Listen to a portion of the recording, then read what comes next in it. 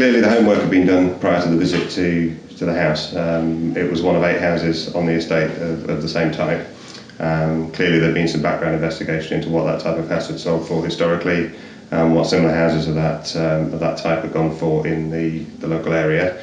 The valuation on the day very much took into account the improvements we'd made to the property, the added value that we put in, the fit and finish and the sort of standards, and came back really as an overall reflection of that. It was clearly explained, and we knew exactly where we stood in terms of the value of the property.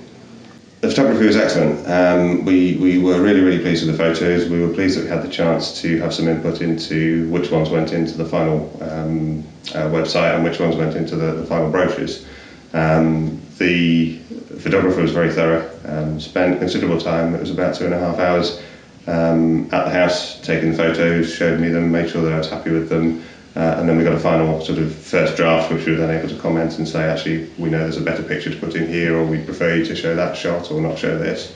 So we felt we had a really good input into what the pictures looked like, but the skill of the photographer really to capture the very best shots of the house and of the rooms really shone through, and when we saw the Rightmove pictures we were very impressed.